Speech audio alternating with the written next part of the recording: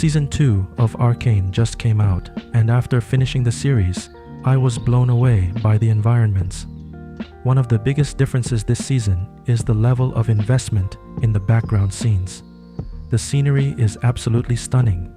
Season 1 already had some incredible environments, but in Season 2, they've truly outdone themselves. It's some of the best work I've ever seen in any kind of media. When I came across the Piltover garden scene, I thought to myself, I could recreate this. But I also wondered, what if the leaves were moving, and there are more movements to the surrounding environment, more characters? I wanted to try and bring that idea to life, and at the same time replicate the hand-painted element that makes their background so unique. I plan to do exactly that by manually hand-painting it. Really paint? I started by taking a screenshot from the series to use as a reference, ensuring I closely followed the original design. Using the screenshot as a guide, I placed it in front of the camera to help me model and position everything accurately. I began by blocking out the stairs and the overall scene, ensuring all the details had logical placement and scale. For example, I noticed the stairs were slightly arched, so I started with a circular base. Step by step, I followed the movie's design to build out the details. The spindle in the middle was also created based on the reference. Next, I moved on to creating the tree in the background. The details of the tree are quite complex, so I started by blocking out its structure using curves to generate geometry. I duplicated these curves multiple times to shape the roots and trunk, gradually building the tree's form. My general rule is to aim for about 60 to 70% of the final result in the 3D render, focusing on the overall form and composition. The remaining details, like textures and intricate elements, are usually much easier to complete in a 2D painting software, as 3D software excels at establishing structure and form, while 2D software is ideal for adding fine detail and achieving a hand-painted look. Next, I moved on to creating the details for the spinner. It took me some time to figure out how to create a helix curve in Blender. You need to enable the extra objects extension. The cool thing about this spinner is that when it spins, it creates a vortex effect, which I think turned out really well.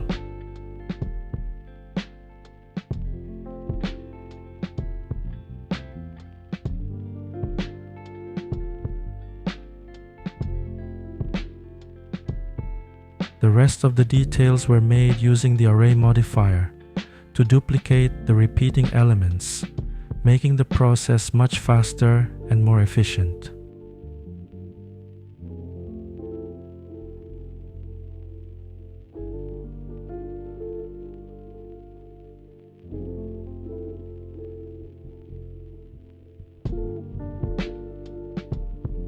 For the background foliage, I started by creating a series of spheres and arranging them across the scene to form soft, fluffy shapes. The distance and position of each sphere should follow a sense of logical distance and at the same time match the reference. After that, using the particle system, I generated more smaller spheres to create secondary details. Then I remeshed them to create a cohesive base shape for the foliage. From this shape, I generated the leaves using my billboard leaf technique. If you're interested in learning how this works, check out my tutorial on creating anime foliage. The leaves generated through this pipeline always face the camera, giving them a hand-painted appearance. The buildings in the background were created using simple primitive shapes, arranged at distances that match the reference from the movie. The shapes were kept basic, with the understanding that most of the finer details would be added later during the 2D painting process. When working on details in 3D software, it's important to prioritize simplicity. If certain elements feel overly complex to model, it's often better to skip them and refine those details in 2D.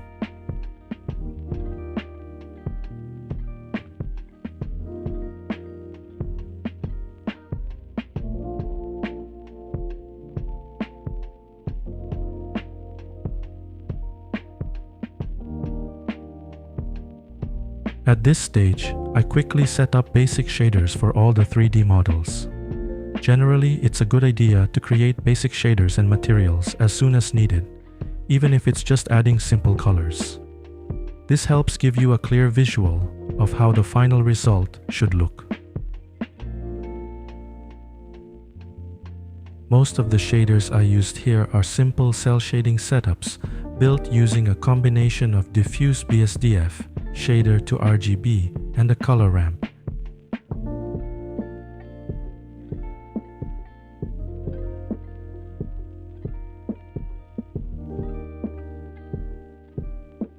And for the grass below, I used my anime grass workflow.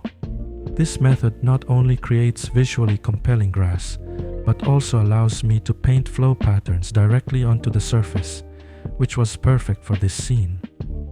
You can check out my tutorial for anime grass if you're interested. The foliage is undoubtedly the star of this project, and I wanted to bring my best effort into creating the tree's foliage. The leaves on the tree were created using the same pipeline I covered in my anime tree tutorial.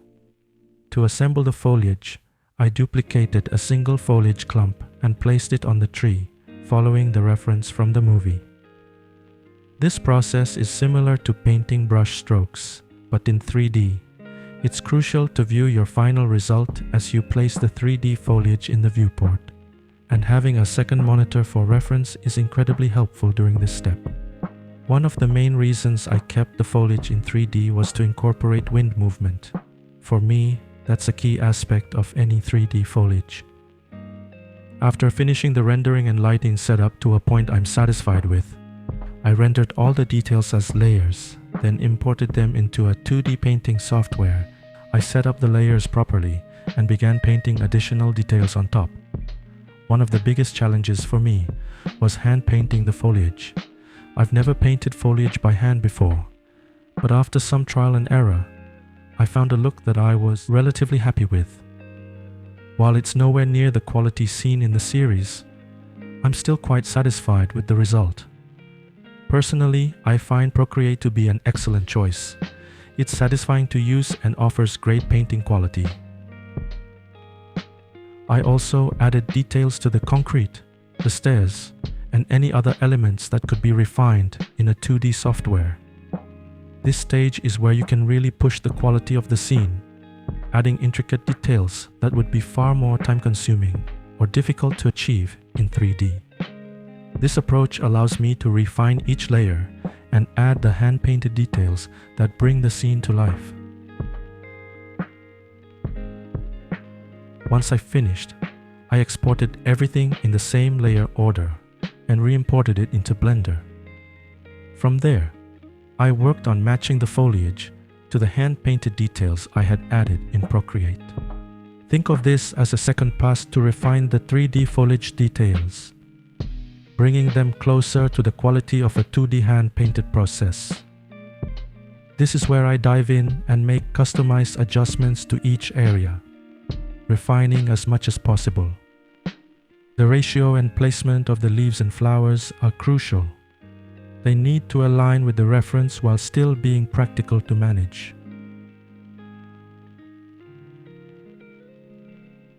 All the characters in this artwork were created using a Blender add-on called Population, which I purchased specifically for this project. Using this add-on saved me an incredible amount of time. What would normally take me days or even weeks to create this many characters was done with just a few clicks. It's also highly customizable, allowing me to control how the characters stand, interact, and engage in various activities. I highly recommend that you give it a try.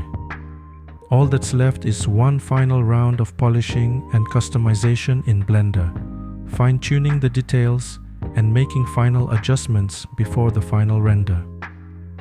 Once that's done, I brought everything into DaVinci Resolve for the composition phase, where I focused on enhancing the overall quality. I added subtle glows, adjusted the colors for better vibrancy, increased the contrast, and sharpened the details. I'm really pleased with how it turned out. I'd say this workflow is both efficient and highly optimized. I hope you found this breakdown both helpful and enjoyable. If you're interested, you can download this Blender scene on my Patreon. If you have any questions or want to share your creations, feel free to leave a comment below or reach out to me on social media. Don't forget to like the video, subscribe to the channel, and hit the notification bell so you don't miss future tutorials. Until next time, keep creating and have fun with your art.